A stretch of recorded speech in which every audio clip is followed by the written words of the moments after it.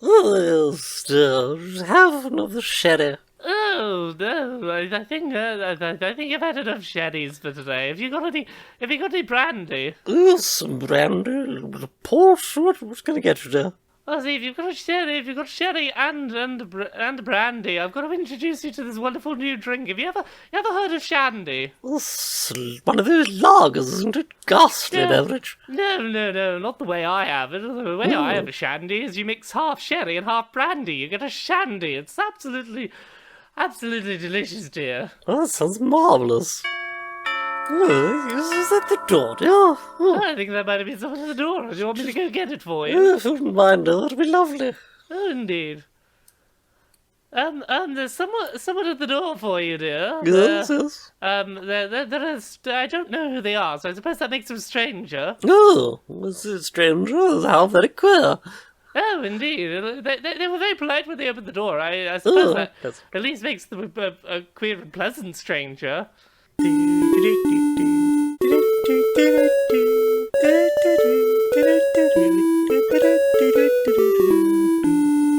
Greetings, strangers queer and pleasant. I'm not Laura Kate Dale. And I'm not Jane Aerith Magnet, and part of me quietly hopes that Jane has left in the version of her singing the jingle this week, which happened immediately before we started. Oh, now I kind of have to, and I wish I'd done it better than the version I did there. You can always redo it in post, or just edit around me entirely. No, that would be rude. There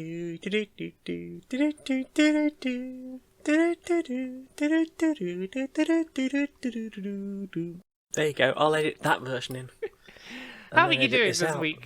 How are you doing this week, Jane? Existential crisis suddenly. Existential crisis, dear. An existential crisis, dear. Oh, what's got you into an existential crisis this week? The concept of editing around myself and back into myself. Oh no. But yeah, how has your week been? I don't really remember. It's been a weird old week, hasn't it? It's been a very weird week. I've been a bit fragile generally. Yeah, same. We both had a lovely weekend, and then we just had a fragile couple of days. Yes, I wonder if the two are connected. I wonder indeed if the two are connected. Some sort of emotional crash from all the niceness. Ah, yes. But it's been a weird old week, but we've gotten through a surprising amount of media and things this week. Well, we did have, 2 days of just sitting around going, let us absorb delicious media. Om nom nom. We did spend pretty much 2 whole days in bed just being like, what can we watch and listen to and play? And just occasionally not fall really... asleep too. Yeah, exactly. There was a lot of falling asleep unexpectedly to things, but I think we got the gist of all the media we consumed. Yeah. So, where do we I completely forgot one of them. Yeah, we'll get that. What do you want to start with this week? Listened, played, or watched? As it is the most massive and chunky and delicious, I suggest we start with listen. Oh, well, tell me something you've listened to this week. Listened to so much. I mean, it didn't help that we went out and listened to 8 hours of music.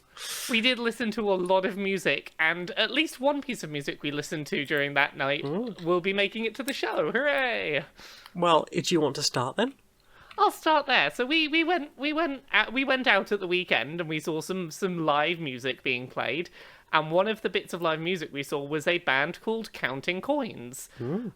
So they describe themselves as ska punk folk hip hop, and they're very sort of like, they've got this weirdly bouncy back and forth rhythm to the way they do music. Everything is slightly offbeat the way you would expect, like a little bit of ska where it's just like very bounce, bounce, bounce, bounce, with a lot of like heavy guitars and good very brass section. Yeah, very good brass section. And then on top of that is like very rhythmic, almost spoken lyrics. Yeah. It's an interesting combination of things that, like, it sounds on paper like it's too many things, but it works. It is a good sort of style of music to have a sort of rhythmic dance kind of bounce to. It's very energetic. Yeah, they've got a very similar sound to Gentleman's Dub Club. I've never heard of them. That's another band I'm going to have to put on my list. They played the same event. I recommend High Grade What was that? Gentleman's Dub Club, did you say? Gentleman's Dub Club, high grade. Well, that's going on my list now. Gentleman's... If you like their version, Reaps 1 does a fantastic beatbox version. So yeah, that was sort of like one of the genres of music we listened to a bit of on our night out, was just sort of very bouncy brass, but also electric guitars and also some sort of rap vocals music. Yeah, very sort of rap style flow with a very bouncy, very bouncy sort of ska vibe to the actual music itself. But both of these bands had quite a lot of people on stage at any one time. Like, they were a lot of different instruments sort of interwoven together. Like, these were not 2 or 3 person outfits. Like, I think one of the bands we saw that night had like 8 people on stage playing instruments at one point. The sort of average was about 5 to 8 for most of the bands there that night. Yeah, which is always interesting, because like it's so easy when you see bands that usually you fall into the here is guitar and bass and drums and vocal and we're done. It's sometimes nice to be like, no, there's a whole variety of different things going on in this music, which can be really nice. Yeah. So, and another one. In fact, the first hour that we spent, we had a good swing to the sounds of DJ Jon Bongly. Oh yeah, they put on a fantastic set of just some swing music. Like, there was one track in particular I remembered that was like some kind of cover of the Pink Panther theme that was a lot of fun to just have a dance to. We had lots of silly fun dancing to sort of electro swing. The room was just the two of us alone in a room, so we just had a lot of silly fun dancing to electro swing. We did get there very early, but yeah, I'm glad we did, because we got to listen to some very good music and we made the most of our night. So definitely recommend. I believe John has some mixes available on SoundCloud. So I think that's DJ Jon Bongly or Bingly Bongly. Yeah, Bingly Bongly is a fantastic name, isn't it? I don't know if that's their real name, but that's brilliant. I think that should be their real name. Has a fantastic top hat. Yes. Have you any others? Let's see what else is on my list of things I've listened to. There's one particular song I found this week through Spotify's random recommendation of music that I really enjoyed. It's quite a sort of slow, drifting kind of melody line on this track. It's called Real Good Case of the Bads by Yucky Duster. Female vocalist, and it's basically just this sort of romanticized, sort of almost flowing, swaying sort of song about, you know, that kind of like low mood you can get into where like you're almost enjoying listening to things that you're like, I know that's still gonna make me kind of sad, but I've just got to get it out. You know, I've just got to have a real good, just get all the sads out for a bit. I need to wallow for a while. Yeah, it's kind of a sweet flowing song about that moment of just like, I just have to have a real good case of the bads right now. So like, yeah, that's a track I would really recommend listening to. It's got a very odd back and forth flow to it that I don't normally hear in music. There's nothing quite like it, so that would be what I'd recommend. Yeah. What about you? Give me a thing you've listened to this week. I had a moment where the lyrics to Ambassadors of Funk Super Mario Land single came into my head. I don't know why. I still have that somewhere on cassette single. Don't know where that came from. Pretty sure I never bought it. It's the original Game Boy Super Mario Land music with some rapping over the top of it. Which was clearly just a massive cash in at the time. And then sort of that triggering in my mind reminded me of another track that was out about the same time, and it was called Supersonic and had like a rolling Sonic the Hedgehog on the front. I looked it up, I found it, I listened to it, it's not bad. And it's by a group called HWA. And apparently they're still making music. In terms of like weird bits of music that just get stuck in your head for no real reason, one just like theme tune to a TV show that I don't know why, but just has been in my head all week. It just keeps popping up. Is the theme tune to a 90s children's television show called The Hoobs. You know who the Hoobs are? I've run into her. They're Hoobs and they're ready to go. Hubba hubba, sing Hoobland. We probably should be singing this. We probably shouldn't sing the whole thing, but it's just this 90s children's show that used to air at like 6 in the morning on Channel 4, and for whatever reason, I just can't get it out of my head this week, so I'll just find myself singing about the Hoobs every now and then while I'm working. I think I still have quite a visceral reaction to hearing that track, because for about a year, it was my alarm. Because I didn't have a phone or anything else, but my TV had an automatic switch on setting. So, because I was working in a hospital, I had to get up at like 5 o'clock in the morning to go and make tea and clean wards. And the thing that was on at that time was apparently the Hoobs on Channel 4. So, it makes my eye twitch a little bit when I hear either the main theme tune or we're off to see the chili peeps. They're all smart, they're fun, they know. My knowledge of that program is basically I used to wake up at 5 a.m, no alarm, every day because I used to have a body that wanted to wake up, and that has long since changed. But I used to be up at like 5:30 in the morning and have nothing to do. And I was just like, well, I'm awake. What's on TV? I suppose I'm watching the Hoobs. So I just kind of associate the Hoobs with, I have an hour and a half that I just kind of need to find something to do. I guess it's the Hoobs. So yeah, that's been popping into my head all week. Any other music you've been listening to? I've had Super Mario World's athletic theme just repeatedly in my head. Which song is the athletic theme? I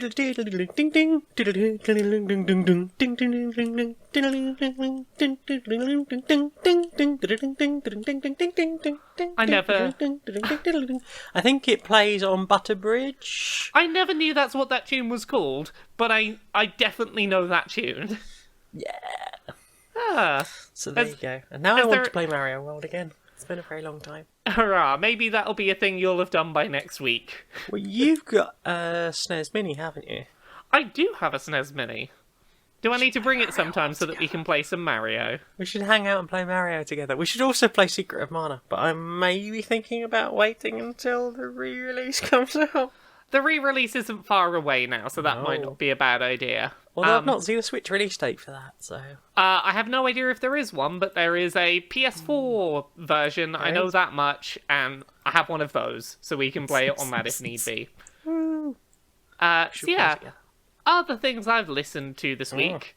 I've been listening to a lot of the Monster Hunter World soundtrack, because I've been playing a lot of that game this week, and we'll talk about it when we get to what we've played in the week, but... Its soundtrack is very much this sort of big, grand orchestral score with occasional dramatic, like, oh, something's going to get you themes, but a lot of it is all these just sort of ambient tracks that make you feel like you're off on some grand adventure, which has been really nice as a backing track to going for runs. So whenever I go out running, I've just been putting on this sort of like big, sweeping orchestral score and being like... Yeah, I'm gonna go find a monster to hunt. Yeah. I'm gonna do a pole vault jump thing off my weapon and just attack that strange man in the high street. Ah! I have resisted the urge to attack the strange man in the high street so far. Probably wise. What about you? Have you got any more listening things? Yeah, I got a couple more. I listened to the Sonic Mania soundtrack. Ooh. I've never played Sonic Mania, but I thought I'd have a look at that. I was surprised how long it is. It's a very good arrangement of stuff that sounds like classic Sonic music. Yeah, that's some good stuff. Particularly enjoyed, I think it's Mirage Saloon Act 1. For anyone who knows that one. I also listened to a load of Ben Prunty's music. Ew. Who is the person who did soundtracks for FTL Faster Than Lights and The Dark Side Detective. which we will get to when we've we've played. But also 2 other albums, Colour Sky and Fragments, were both really good. Yeah. And they're available on Bandcamp. Ching. So definitely those are worth looking at. I think the last thing I've listened to this week is I've got one more like individual song recommendation, and it's a track called Everything is Borrowed by the Streets, and the artist I believe is called Torch Songs, and it's got a lot of brass in it, but it's this sort of like almost rap over brass song that's about sort of like not missing any chances and going for all those opportunities that comes up and going, don't look back regretting not going for it. Go for it. You'll be fine. Push yourself. Go for things. There seems to be a recurring theme in the lyrics of songs I enjoy. More brass, more things. Indeed, I enjoy songs about reaching for goals and going for dreams and such. Have a bit of a wallow, then get like, yeah, I need the Eye of the Tiger music. Pretty much. Nice. Yeah. Hello again, and welcome back to the Rhyming Items channel, where we sell you, over the phone, from your television, items entirely which rhyme. Some of them are functional, some of them are not. All of them will rhyme, and that's our guarantee. What have we got first up for sale today? Well, today we're selling these fine beach peaches. The finest peaches that you can get around. Tell me about Beach's Peaches. What's so special about a Beach's Peach that makes it different from a peach? They're this beautiful sandy color. They're just so juicy and amazing. Oh, lovely. What a wonderful product idea. Next up on the channel, we have Bad Idea Beer. It's beer. You know that kind of drink where you have some alcohol and your judgment's just a little bit off. You do stuff that you really shouldn't do that seems like a good idea, and you come back to it later and go, I really shouldn't have done that. Like the time I bought that giant Jenga. Exactly. Guaranteed, every time you have some bad idea beer, you'll just get all of those bad ideas right out of your system by having bad ideas and probably acting on them. Bad idea beer. Just go in knowing it's gonna happen and you won't be surprised. It sounds great. What have we got next on the channel? Up next is a No Hassle Tassel. Tell us about the No Hassle Tassel. Anything you want to attach tassel to. Literally anything. It sticks to literally anything. This block of ice? Tassel. My nipple? Tassel. This radiator? Tassel. A ferret? Tassels. And, will they ever tangle up? Absolutely. They're tassels. Next up on the channel, we have Rat Tat. It's pointless accessories that your rat really does not need, but they kind of want anyway. Get them for them. They're never going to use them, but who cares? It's Rat Tat. Exactly. Try this tiny adorable rat bat, the rat hat, and this rat doormat. And the rat cat. It's not going to like the rat cat. It really isn't. Do we have any products left on our channel today? I think that's everything today. So I'm going to start putting tassels on the camera crew. I'm going to continue to find more pieces of tat we can sell your rat. Thank you very much again for joining the Rhyming Items channel. Thanks for joining us. Greetings. Welcome to the satanic ritual. Thank you, and I'm glad that you've taken into account my dietary needs. That's very thoughtful of you. This is an entirely vegan satanic ritual. Please enjoy the carved remains of the carrots, the disemboweled peppers, and the decimated remains of 1,000 innocent chickpeas. So what you're saying is you got some carrots and hummus? Yes, crudités over there. Duh! Then enjoy the blood of many thousands of grapes. Oh, you got wine. Nice.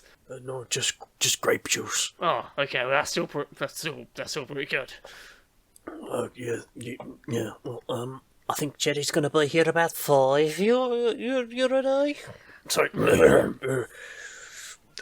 Elder Gerald will be here in about 5 minutes. Are you ready for the sacrifice? I'm very ready for the sacrifice. What are we placing in the center of the altar? It's all right, friend, if you want to drop the dark, gloomy voice. We're here to do a ritual. It's all if you don't have to put on all the gravel to do it. Thank you very much. I've been terribly worried about the whole situation. Oh, it's fine with you. You know how it is. Yeah, the whole idea that this has to be dark and metal's all right. Well, absolutely. I try to sound as dark and demonic as possible. Obviously want to keep up appearances. Right, so what are we putting in the middle of this sacrificial satanic ritual circle, then? Well, I pressed this tofu. Ooh. Have you made it look all dark and evil, have you? No, I've just pressed it. I know the Dark Lord doesn't like too much fluid in the tofu. Or so you drained it off a bit? Yeah, put it in my tofu press. I made it specially out of a couple of bits of perspex. Right, well, I suppose we'll get ready to do things with Satan then. Yeah, oh look, here he comes now. Darken for the Lord, greetings. Praise the Dark Lord. Hail Clive, our Dark Lord. So, what have you been watching this week? Well, I finally caught up with you and watched Dirk Gently Season 2. I think you slept through like an episode or so of it, but I tried my best to catch you up on where we were, so hopefully... I felt very caught up. Hopefully you didn't feel like you missed too much. Yeah, I think I got the gist of it, and I certainly understood what was going on by the end. How did you find Season 2? I really enjoyed it. It was, I was slightly concerned about Martin's hair for a while, but... it's okay. By the end of it, he had both his glasses and his hair back. Not that I was perving, honest. You see what I mean when I was talking about it the other week, that Season 2 of Dirk Gently is very different tonally to what the first season was going for, but it was... Yeah. I think given the subject matter, that was completely unavoidable. Yeah, like, I feel like they took the core of the show, which is this whole idea of the holistic... nature of things and applied it to like a different genre of story. Like where the first one was like sci-fi mystery, whereas this was more traditional fantasy mystery, I suppose. Yeah. It was modern fairy tale. Yeah. What did you think of that one scene that I hinted at on Twitter, where a big room full of people discover the holistic interconnectedness of the universe? It seemed very familiar. It seemed like something I'd not seen more than a day or so before.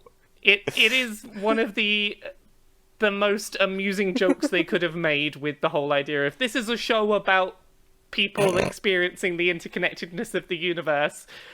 It seemed like a very apt joke for them to make, and I was very impressed. A great sense of loving one another and feeling the interconnectedness. Oh yes, very interconnected. Yeah, no, like I really enjoyed Season 2, and apparently the show's been cancelled. It's not getting a Season 3, which is a real shame, because the ending of Season 2 really sort of queued up for like, this is where the show's going, here's your big overarching story. Petitions.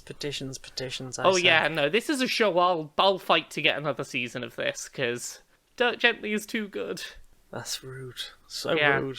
If you're Won't be back for a third season, it's been decided. If you're listening to this and you've not seen Dirk Gently, go and watch Dirk Gently and then tweet at Netflix that you want more Dirk Gently. And make sure you give it a thumbs up on Netflix. And give it the 5 stars and all the however you rate things there.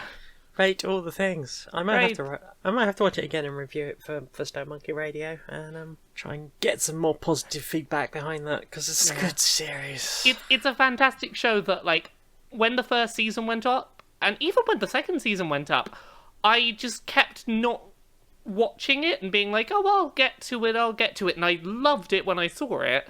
I don't know what it is about that show that doesn't demand clicking on. So yeah. Dirk Gently, very good. More of that, please. Indeed. Please. Let's see, is there anything that I've watched this week?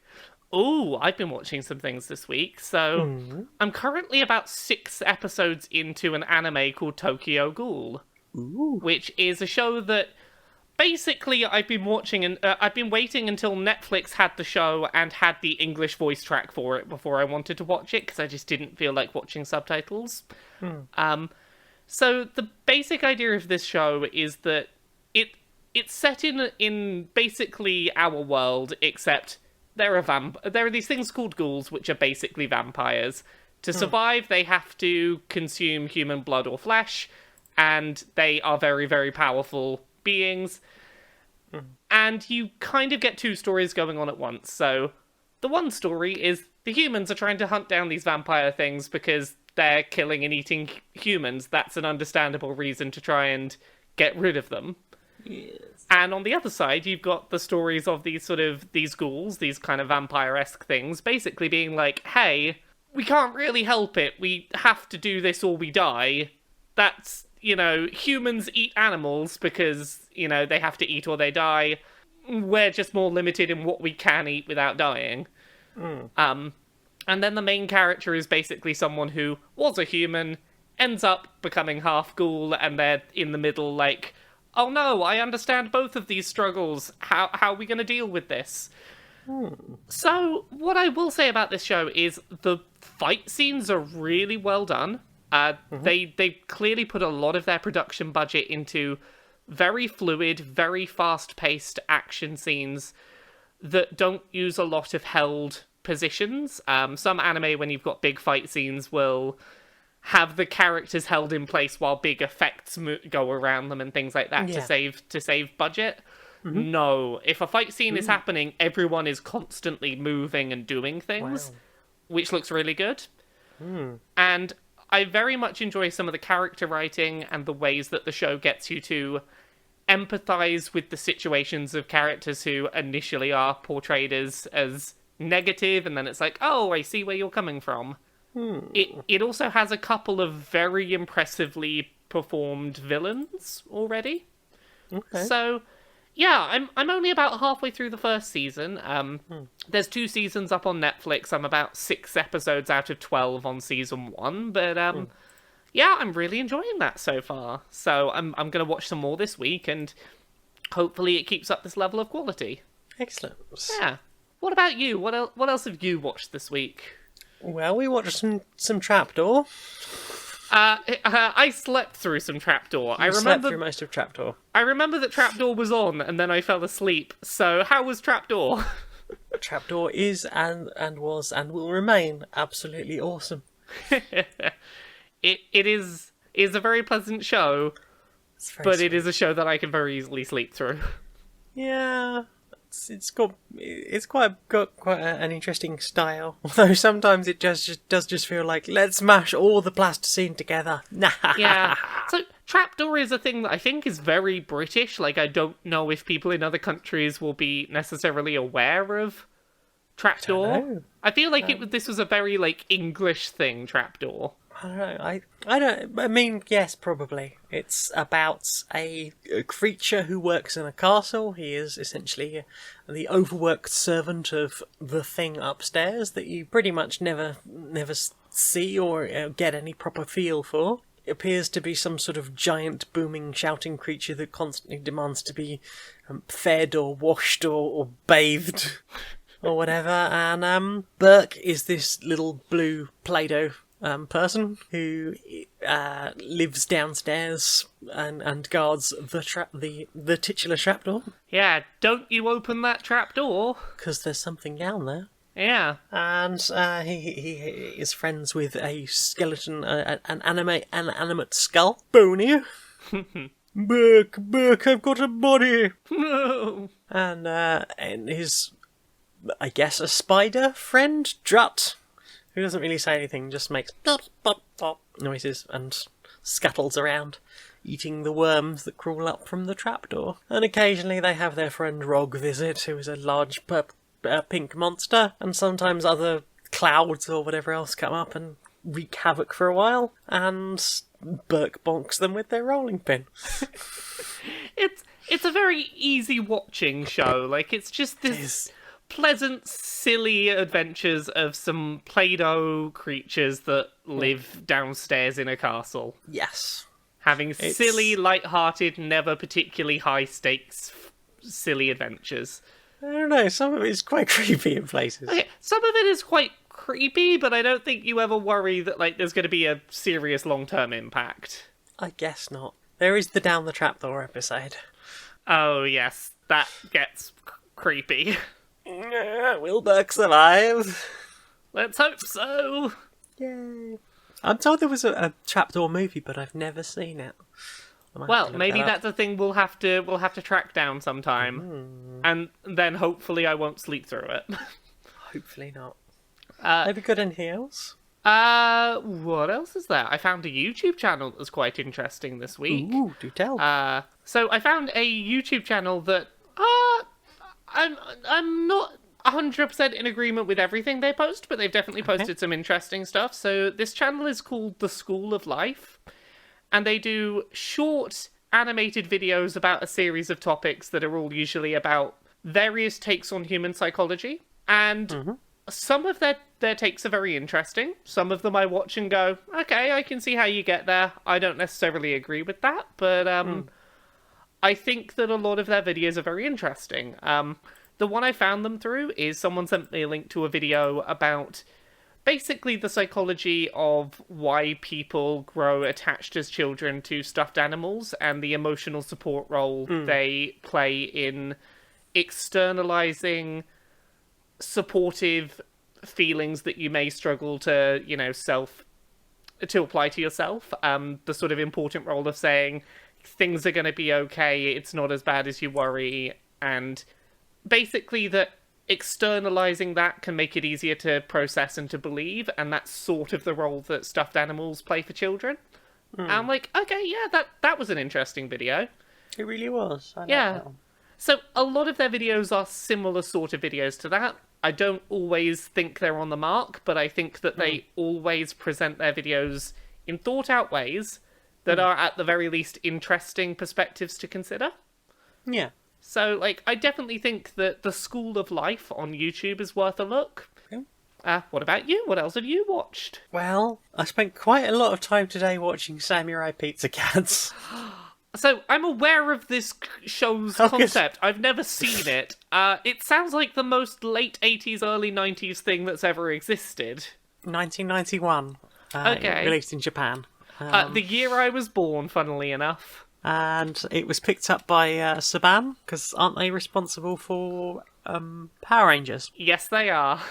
Okay, so it was picked up by Saban and aired as a 52-episode English adaptation in 1993 on YTTV in Canada, 1996 in the US. As someone who's never seen it, would I be right to guess that it is basically just a furrier, fluffier version of the Teenage Mutant Ninja Turtles? Yes, but with a lot more fourth wall breaking. Okay, so it's still a team super referential. Is it still a team of 4 animals turned humanoid that enjoy eating pizza and using their sort of ninja-esque weaponry to defeat villains? It's 3 cybernetic anthropomorphic animals. Cats, what? They didn't even mention the fact they're cybernetic in the title. I feel misled. Well, there might be in the original Japanese title. Nope. The original Japanese title translates to Cat Ninja Legend Teiyandi. Or Teiyandi. Ah. So you say there's a lot of fourth wall breaking in this? Yes, I mean, and you mentioned the turtles. There is an episode where they talk to the narrator and say something like, or the narrator says something like, "Is that the one where you guys have to dress up in turtle costumes?" Because they're talking about making more money as cartoon characters on a different show. Ha ha ha ha ha. They run a pizza parlor or work in a pizza parlor, and they are constantly fighting. It's set a little bit like a mashup of feudal Japanese culture and contemporary culture. And they the city is ostensibly led by Emperor Fred, but his daughter Princess Violet does most of the actual running. And the Prime Minister Seymour, the Big Cheese, is a rat that's basically plotting to overthrow with the help of various silly anthropomorphic animals, specifically Bad Bird. Although in one episode I heard them referred to as Dirty Bird, so... Oh, you dirty bird. You dirty bird. I thought that was quite funny. And the Army of Ninja Crows. So, yes, it's very silly. Apparently it's on Crunchyroll. It's also mostly on YouTube's.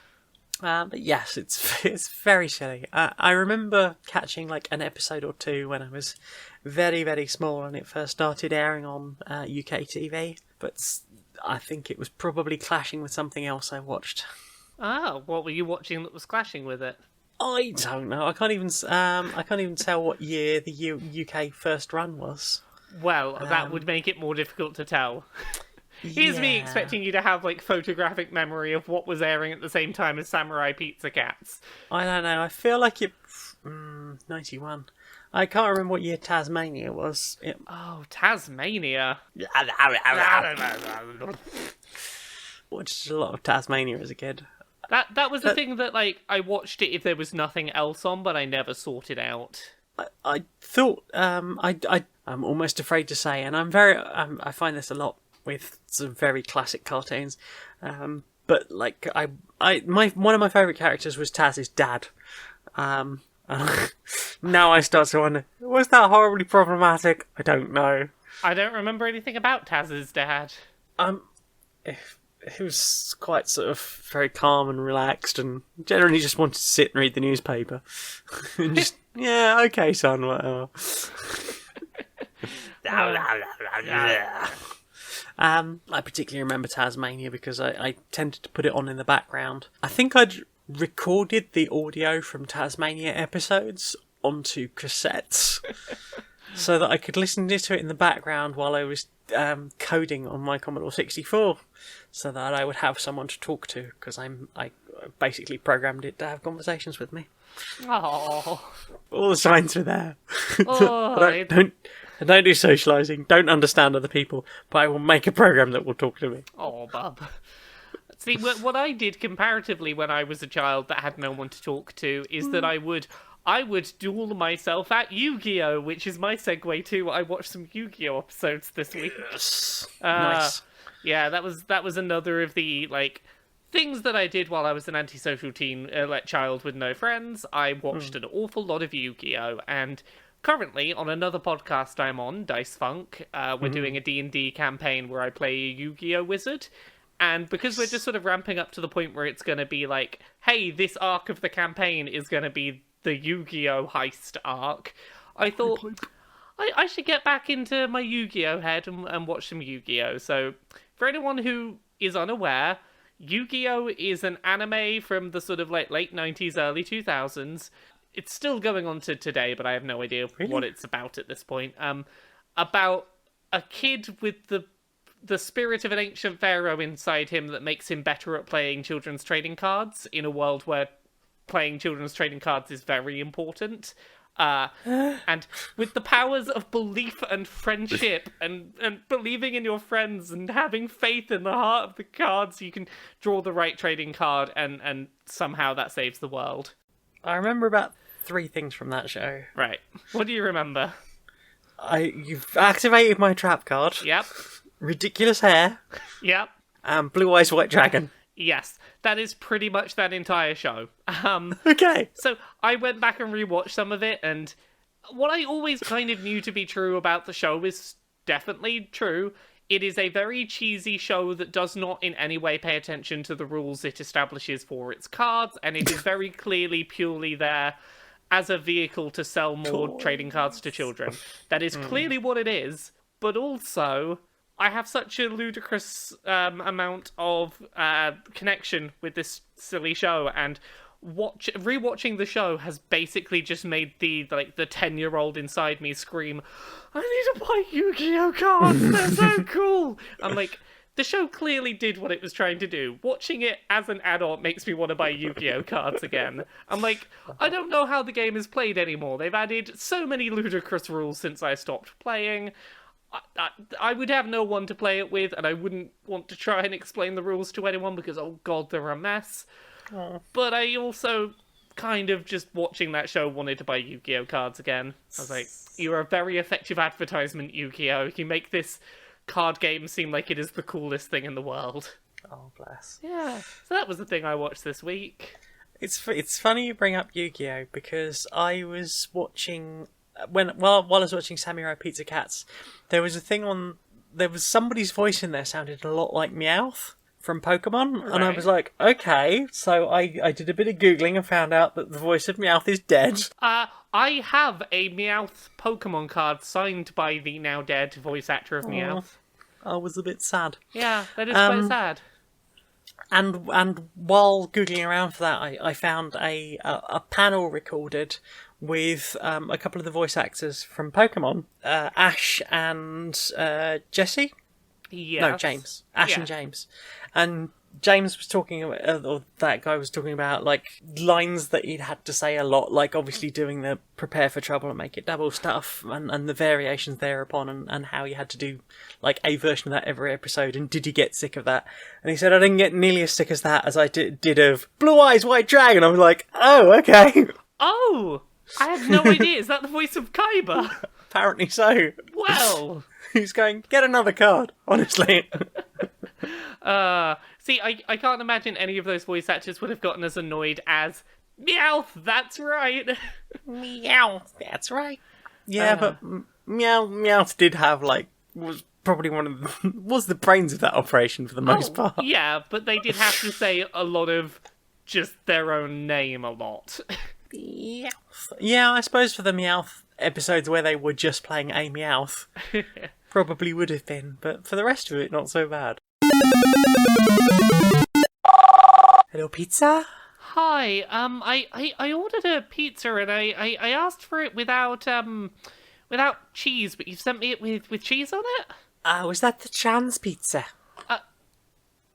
Yeah, I am trans, but I don't know what that has to do with me ordering a pizza. Well, you did say that you didn't want cheese on it, but we had to make absolutely sure that that's the case. See, you know, we don't want you just rushing into this. This is a life-changing decision. Well, I know I don't want cheese on it because I'm lactose intolerant, and if I eat this cheese, it's gonna cause me great gastric distress. Well, you might think that you're in distress, and obviously we understand that. But what we want you to really think about it, really decide if you're definitely lactose intolerant, that you don't want the cheese. This is the thing you can't rush into. We've got a couple of different chefs. So one of them will check over your order, and then obviously we'll send them to confer with the second chef.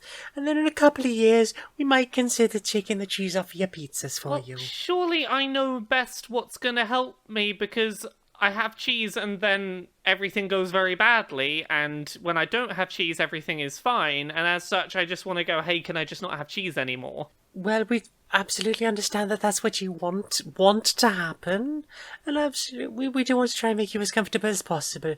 Unfortunately, there is this procedure that we have to go through because obviously, you know, you're trans. We can't just have you rushing into decisions that you think are right for you. And how long is it going to take me to get through this process that you can stop sending me cheese on pizza? Unfortunately, current waiting list, you could be looking to up to 8 years to get all the way through the process. It's fine, I'll just make my own pizzas without cheese, I suppose.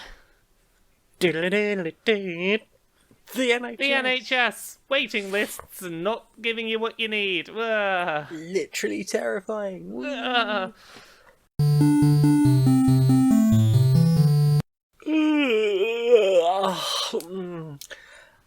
Morning, darling. I'm just gonna pop downstairs and grab the post. So this has been foretold. What? What are you doing in my hallway? It is the chosen one. You have arisen. I just got out of bed. You have arisen as the text foretold to go on your mighty quest. I'm just going to get the post. The sacred words. As it was foretold, the chosen one shall rise and fetch the sacred words from yonder hallway. I'm in my dressing gown. You shouldn't be here. Indeed, you are wearing the ceremonial ancient robe, as it was foretold, the ancient robe of dressing gown. It's not that old. I've only had it a few weeks. It is ancient. Ancient, I tell you. I need a coffee. Aha! Yes! More proof that you are the one from the ancient texts. You shall imbibe the juice of the power bean, and it shall give you the strength to go on your journey. Oh, weird. You're the one doing the quest. Go do the quest, and then I can leave. Honey, I'm just popping out to do a quest for a strange old woman in our hallway. You don't have to go outside. You just have to go downstairs and get the sacred texts and wear your ancient robe and imbibe the juice of the power bean, and then I shall be banished back to the primordial realm. Okay, well, bills. Oh. The prophecy has been fulfilled. Honey, I actually am going out on a quest. Apparently. Yeah. No, look here in this letter I've just received. It's from my long lost uncle. Apparently, they fell through time, and they now need me to go and help them slay a dragon that's appeared somewhere outside Chiswick. Is this something to do with you, or? Yes, of course. I definitely knew that was going to happen, and I wasn't just sending you on a quest because I was bored and wanted you to go get your post and that to be the quest. This was definitely the quest I planned. How did you even get in here? Magic! Also, you probably shouldn't leave your spare key under the doormat. It's a cliche for a reason.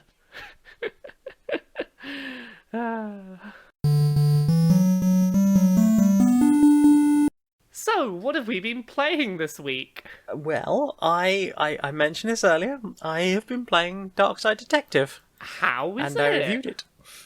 I really enjoyed it. It's a great nostalgia fest for people who like classic 90s LucasArts point-and-click adventures, which it goes to great lengths to reference. Day of the Tentacle, Full Throttle, Simon the Sorcerer, the Discworld point and click. So you'll find like Rincewind's hat at one point. You'll find like a costume shop that's got Guybrush's pirate outfit from Monkey Island 2 and other stuff. It's basically you are Francis McQueen and ably assisted by Officer Dooley, and they are the Darkside Division for Twin Lakes Police Department. And they are sent all the ridiculous occult missions. So, like, your first mission, you'll go off and try and find a child that's gone missing at a mansion, and it turns out they're in a parallel world. It's very interesting. It does sound very interesting. It's good. It's quite short, though. It's 6 chapters that take... Well, the first chapter's more of a tutorial. You can probably finish that one in about 10-15 minutes. But the rest of them are about an hour each. Ah, so that's not too short. You're looking at least a good five hours or so. Yeah. The PC version, which came out last summer, has a 7th chapter. And that's... I've been assured by the dev that the 7th chapter is coming to Switch as a free download shortly, but because it was before release, they couldn't add that in as well, because it would have meant more QA stuff with Nintendo before they'd be allowed to put it up, which would have set the release date back a bit. So just like, it's fine, we'll stick it in there later. Yeah, they hit me up on Twitter almost as soon as I shared my review. They seemed very happy with the review, but sort of like, hey, we're going to do this thing. So that is now corrected in the review.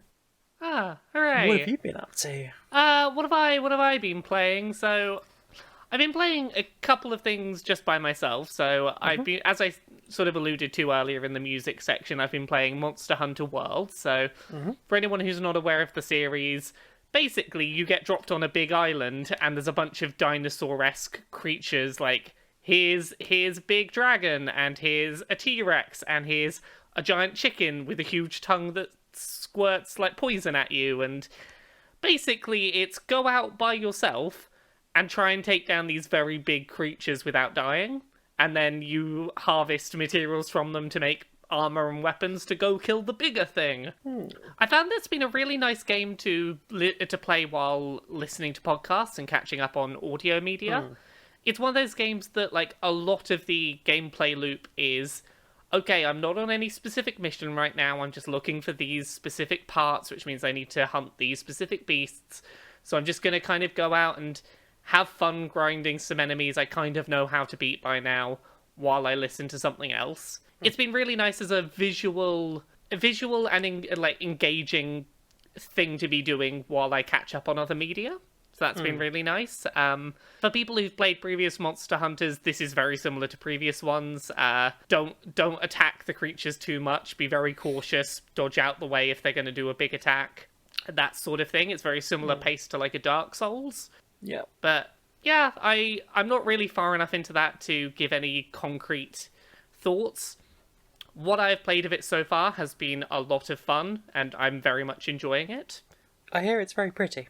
It is very, very pretty. It's a lot of, like, this is a very gorgeous environment, and that's a really gorgeous creature that, because it's big, I know I'm going to have to kill it at some point. Now I must slaughter you. Yeah, like, 2 of the things I've played this week have been very similar themes, but very different feelings connected to them. So, Monster Hunter World, I see a really big creature and I go, I'm going to kill you, and then I'm going to wear you as a cool spiky jacket. And the alternative thing I've been playing is Shadow of the Colossus, where it's, I'm going to kill you, but I'm going to feel like I'm doing the wrong thing all the time. Like, I shouldn't be doing this. Do you not feel that with Monster Hunter? There's at least some lore in Monster Hunter that's like, these creatures are either decimating the local animal population and destabilizing the ecosystem, or they're incredibly aggressive and keep attacking humans, and they're meaning that humans can't, like, survive because they're being attacked from all sides by these creatures. It's always like, this thing is an imminent present threat, please help us. Elephant culls. Yeah, little bit. And I do feel bad in Monster Hunter, because when you injure a creature enough, it will run away limping, and that's sort of one of your signs that, like, oh, you've almost defeated it. I always feel bad when they're limping. I'm like, oh, poor thing. Sorry. You're just trying to get away now. I don't think that's one for me. No. Anyway, Shadow of the Colossus, which I have played. Yeah, Shadow of the Colossus. I've been playing the new PS4 remake of that game. Goodness, I didn't realise how much that game would benefit from a nice shiny coat of paint over it. Another one. Yeah. This is the second time it's had an update, isn't it? Yeah, so the first time they basically just took all the existing assets and just up-resed them. So they were basically the same, but just kind of... Here it's in widescreen and slightly higher resolution, but it's the same kind of muddy texture there. Everything was still very angular. Here they've gone and from the ground up remade everything with, like, okay, let's remake all new, like, designed for HD assets for everything. And oh my goodness, this game looks gorgeous, and I still feel terrible for hurting these creatures. Yeah. That was certainly one that was very good for doing, like, you are the bad person. You are here for entirely selfish reasons. Everything about that game hammers home, you shouldn't be doing this. These creatures are purely, like, just trying to do their thing, and you're murdering them so that you can get something for yourself. Feel bad about that. Feel bad. See how your skin becomes more nasty and veiny, your hair becomes more emo. It's almost like your girlfriend's gonna be alive. Indeed. They say right at the beginning, like, yeah, if you do this for us, we'll give you your girlfriend back, but at what cost? Like, the gods that are making this deal with you say, you're gonna have to pay a cost here. And he's like, yep, don't care, I'm gonna go kill the things. Okay, bye! I want to have my hot, horny Ico baby. So I'm currently, like, two colossi into that game, so I'm, like, very near the beginning, but, yeah, here is a giant creature, very slowly climb it, find its glowing weak point, and stab it a few times. Have they done anything new with it, or is it just new graphics? Gameplay-wise, it is exactly the same. Like, they changed the button layout slightly so that it's a little easier to control. It makes a bit more sense where the buttons are located. But it is just, this is a very nice-looking, shiny version of that old game. Only game I've ever broken a controller for. Which Colossus made you break a controller? Interestingly, I don't remember which controller it was which Colossus it was that made me break it. Probably the last one. I just found that apparently I'd been pounding the triangle button to hold on a bit hard. It wasn't that I threw the controller, it's just that the triangle button just stopped working. The creature was trying to shake you off, and in order to hold on, you held that button as hard as you could, because if I hold it harder, it won't shake me off. Oh no, I put my thumb through the controller. Oops. Oops.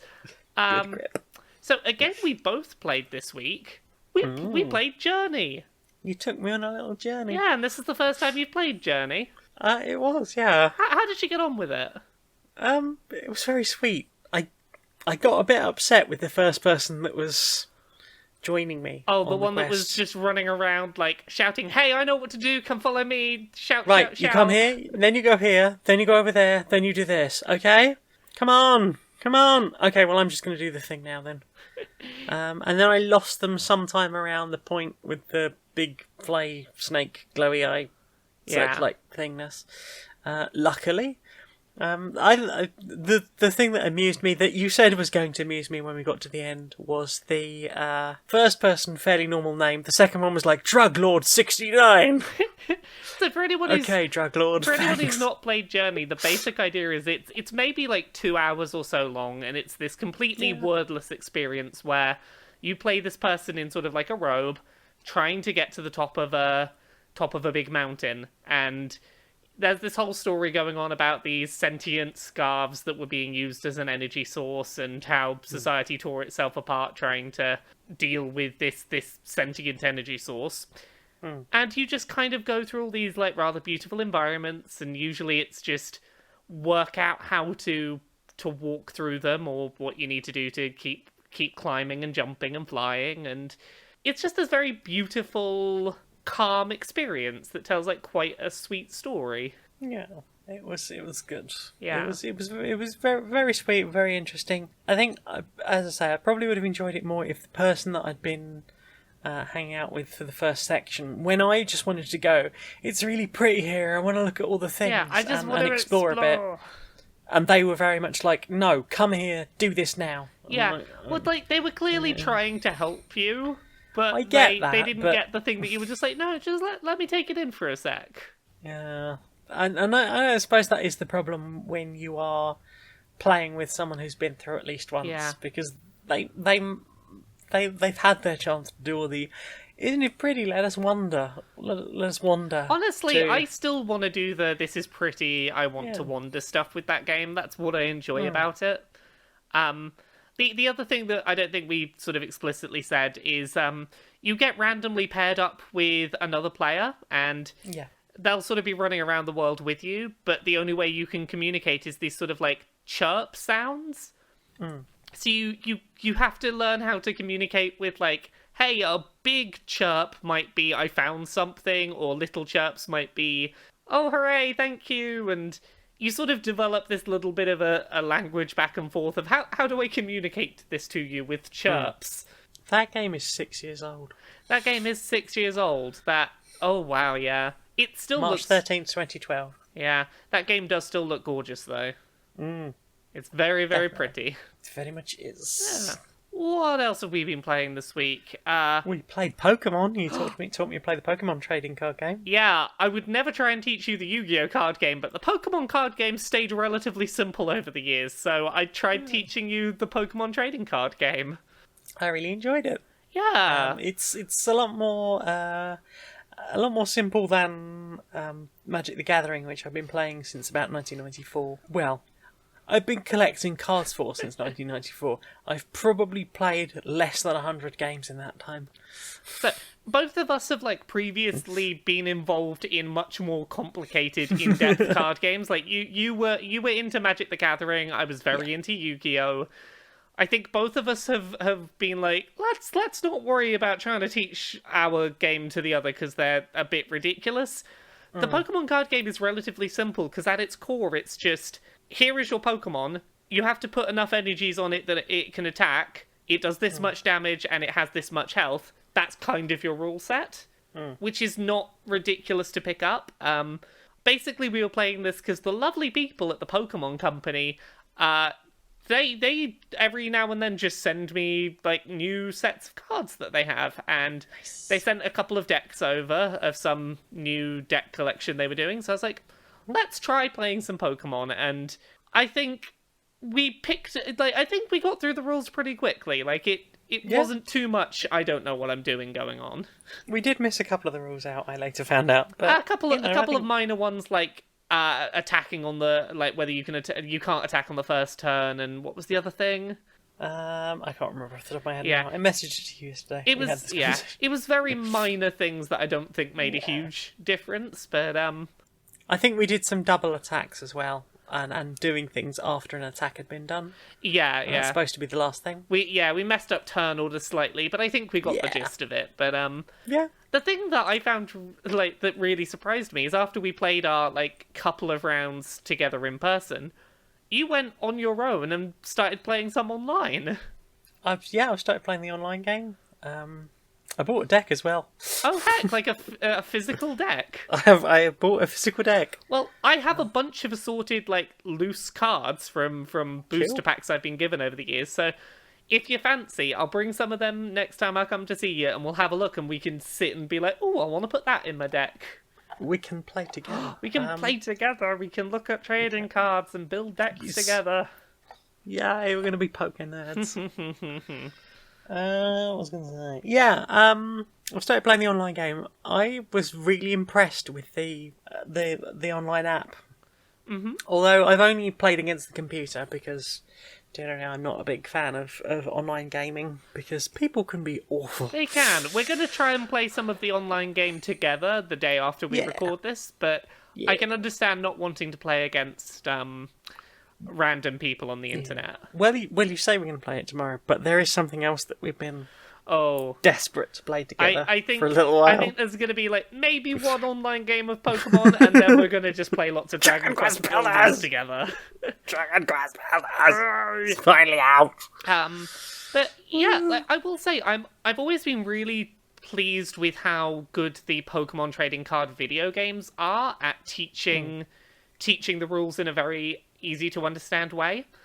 Like, I collected the Pokemon cards for a long time as a child before I knew how to play the game. And I ended up learning how to play the game from the Pokemon trading card game on the Game Boy Color. Yeah. Like, that was my first introduction to learning the rules of that card game, and to its credit, the card game has basically not changed. Like, they added a few new types of energy cards, and there's these things, I think they're called EX creatures, which sometimes, like, they're more powerful, but you might lose 2 prize cards rather than 1 if it's defeated. And I think that's the only major changes in about 10 to 15 years of this card game. Yeah, I get the impression that the GX moves are fairly new. Yeah. There's a few things like that where it's like, there's a couple of new bits here and there, but for the most part, like, they recently re-released the original sets of decks again as, like, a legacy collection, and they are still surprisingly, like, competitive. I noticed that there were a lot of cards that must have been Gen 1. And although sort of obviously scrolling through the pre-built decks that you're given as part of the online thing, I've noticed that you might find 2 or 3 variations of the same Pokemon. Yes. That are basically slightly different artwork, and they might have a different move. But certainly I can see how that an original, like, first-gen Pikachu would fit in as a deck perfectly well with one of the more recent ones. Yeah. Like, the thing is with the way that they've re-released these Pokemon is because obviously there's only 700 or whatever Pokemon. They've re-released multiple versions of the same Pokemon, so you might have a Gen 1 Pikachu that doesn't have any fancy special attacks, but you only need to put 1 energy card on it for it to be able to start attacking. Whereas, like, a newer Pikachu might have some better moves, but it probably needs more energy to start using them. And there's like, okay, neither of those is inherently better or worse than the other. Yeah. Which is really nice. It's not fallen victim to the inflation of the card economy that a lot of these card games fall into. If you go from basic Magic the Gathering into pretty much anything after you open your first booster pack, you can be looking at some of the most ridiculously complicated rules. Yes. So as a very brief thing, I tried the other night watching some YouTube videos to find out what has changed in Yu-Gi-Oh! Since I last played it. They've introduced 4 new types of summoning and completely changed the way that the card, like, field is laid out. Okay. They now have these things called link summons, where, like, they activate other spaces so other spaces can be used for things if the arrow on them is pointing to that space. So the positioning on the board is important, and There's pendulum summons, where there's these monsters that are also magic cards, and you can special summon things that are between their levels. And XY summons, where you put them on top of each other and then use the cards underneath as materials to do things. I'm like, I don't understand this game anymore. I'm just going to stand over here This is for a what bit. is summoned by Dark Magician, okay? Yeah. Yeah, that sounds needlessly complicated. It is. We did play one other thing together this week. So we've talked about Clank on the show before, that sort of deck-building board game, where you have to sort of get into the basement of a castle, get your treasure, and get out. Mm-hmm. We played that again this week, but with a smartphone app. Well, yeah, we played with the Clank Companion app from Renegade Games. We played a couple of rounds with this, and it basically throws in some extra rule sets. Some extra rules, some extra little actions that you have to take that sort of spice things up a bit. So each time we played a game with this companion app, we'd fill in the information of who was playing and this and that, and it would basically come up with 3 additional buttons that we would have to if you do something, press this button during the game, and there was a chance it would trigger an effect. So for one of them, it was if you draw 3 or more additional cards in your turn, or if you move more than 3 spaces through the map in one turn, or if you fight a goblin this turn, you would tap the button on the screen, and sometimes it would do nothing. And sometimes it would be like, you've generated extra noise, the dragon's more likely to attack, or everyone draws 2 cards, or oops, the dragon attacks right now, draw your damage and find out who gets hit. It's good. It threw in a nice, unpredictable element, and made it feel like there was a nice risk-reward to, I'm in a tough position. Do I want to trigger the app and hope it does something to save me? Or do I avoid triggering the app in case it's going to kill me?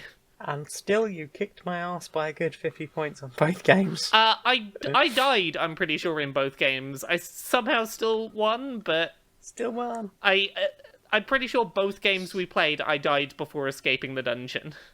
You did. I did not survive. I was too loud. You were a little bit on the noisy side, I'm afraid. It's fine, I got lots of treasure. It's okay if I die rich. You did. You died filthy rich. There is also an option with that app that you can play single player. So if you want to just have a game of Clank and get some practice in, you can play with the app to try and sort of possibly practice your techniques. It might tell you to put extra. It basically plays a character because it will take its own set of Clank cubes that can go in the bag. It will tell you to remove certain cards from the dungeon pile, which is a selection of random cards. Usually you would attempt to buy these yourself on your turn, but in this case there might just be that one you wanted has not only not in your deck, but it's not in anyone's deck because the companion has stolen it from you. Rude. But that is a really good app as well. Yeah, and because it's totally free, isn't it? It's totally free, available on iOS and Android. Excuse me if this makes a noise. I'm just going to boot it up. So you can play Clank, you can play Clank Sunken Treasures, which is the expansion pack. There's also companion pits in the same app for Fuse, Flatline, Clank in Space, and Lanterns. See, that's really nice when a board game company goes out of their way to be like, no, we're gonna give you additional tools to, make it to change up your game or to make it easier for you to play by yourself, and that's a really nice little touch. Yeah, I think more of that, because I originally stumbled along that while I was looking for sort of advice on whether or not it was worth getting the expansion. Someone was like, well, you could just play with the app and see what you think of that. So I might have to try that next time we have a 4-player game. I think that sounds like a good idea. Friend, can I interest you in this glorious meat broom? What? Glorious meat broom, it's made of high quality beef cuts. It can make you a ton of money.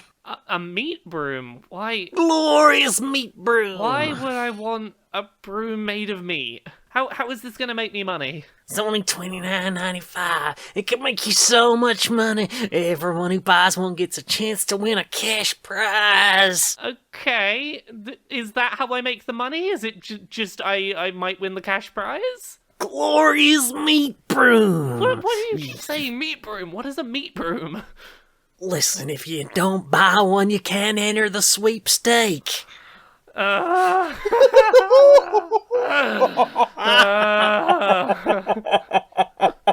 Jane did not warn me of where that was going in advance. I promise you listeners, that was a very genuine groan. Do you know what I want to see more of? What do you want to see more of? Social justice warriors! Oh, hey, how are you doing today? Alright, how's it going? Oh, I'm alright, Barry. You seen Harry recently? Harry? No. Is he alright? Well, you see, I say Harry for purpose sake of getting you to know who I'm referring to, but it's a difficult situation to approach. Yeah. But Barry's now going by Dave. So yeah, I saw Dave the other day. He's doing very good. He got on the football team. He's playing in the Open game against Portsmouth next week. He's doing all right. Excellent. Well, I think this is that's good. Was there any particular reason, or just felt more Davey? Well, exactly. You just, you don't need a reason to change your name. It's a remarkably simple process. Yeah, we see people do it all the time. You get married, or you go and buy a pen name for legal reasons, or you just don't particularly like your name, or you got some bad baggage with it. Oh, true.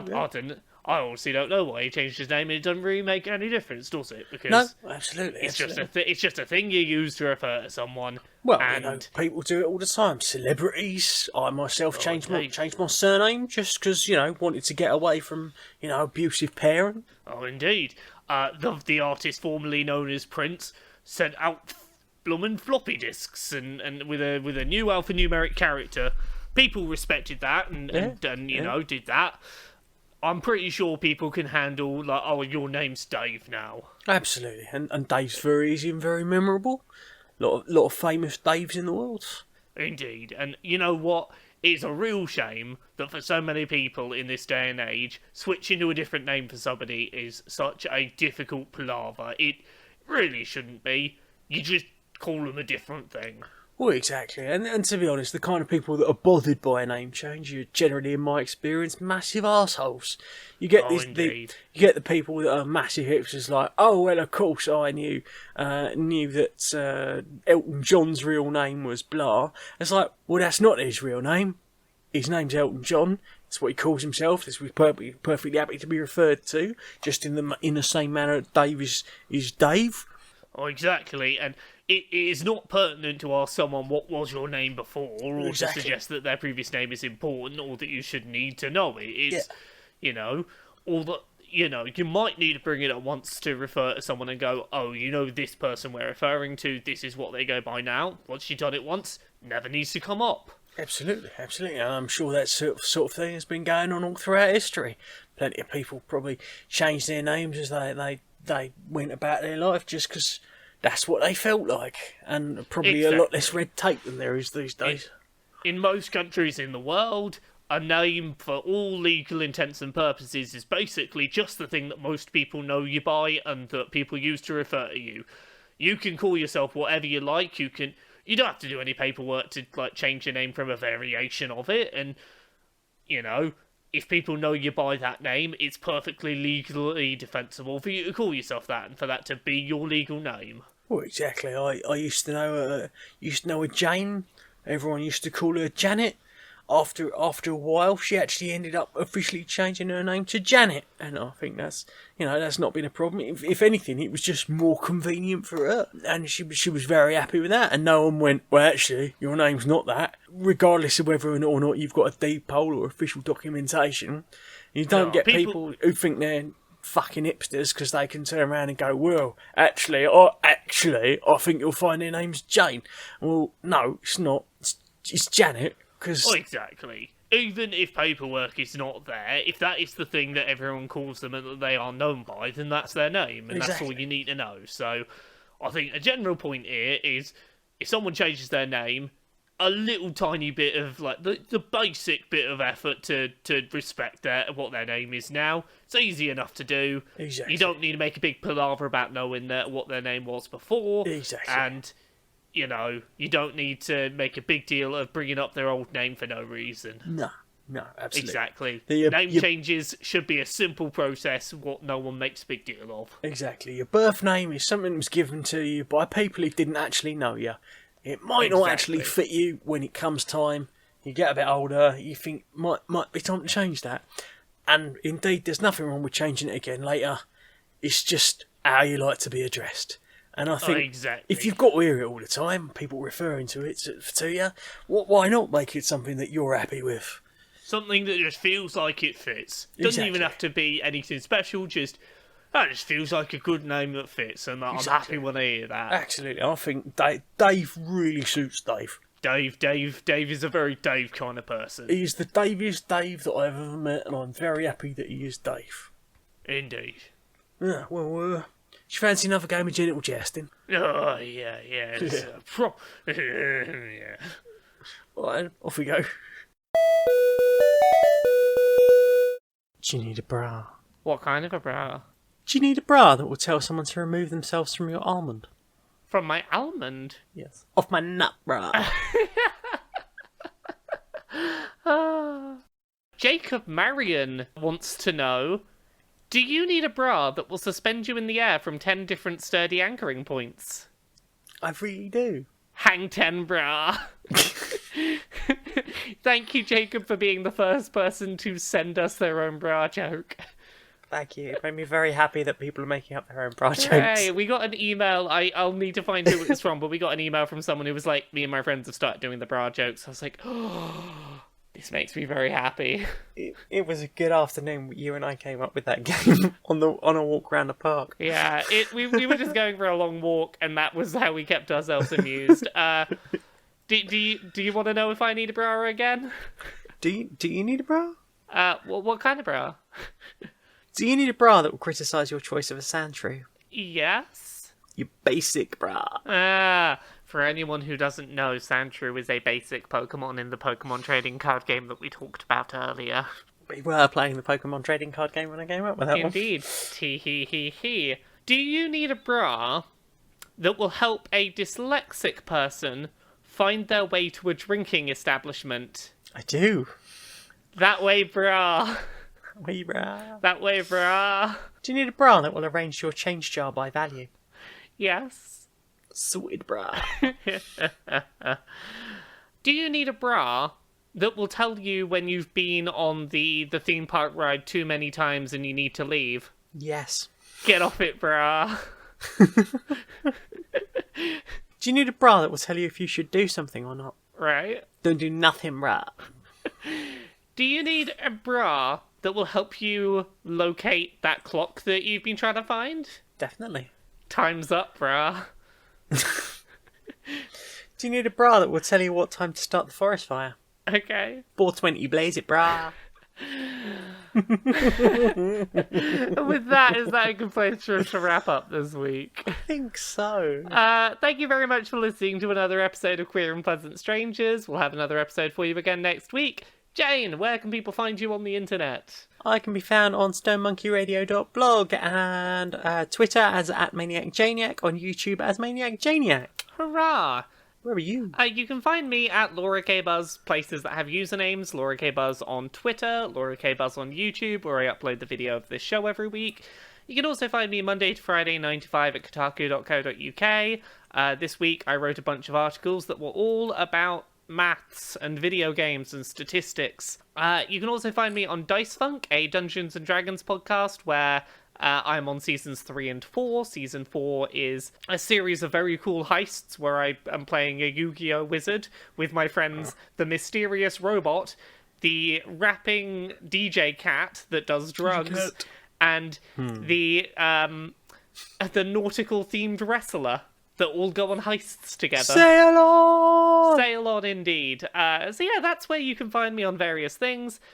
Thank you for listening to another episode of Queer and Pleasant Strangers, and until next time, be a stranger.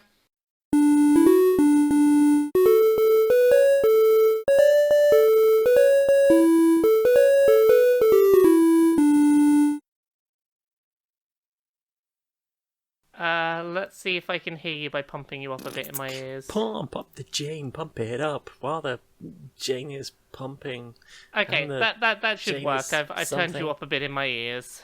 Get the Jane just a little on the dance floor. I want to finger Jane, get your booty on the floor tonight. Finger Jane, finger Jane. I want. Should we try and do the thing? I guess so. I was just enjoying that song. Very well.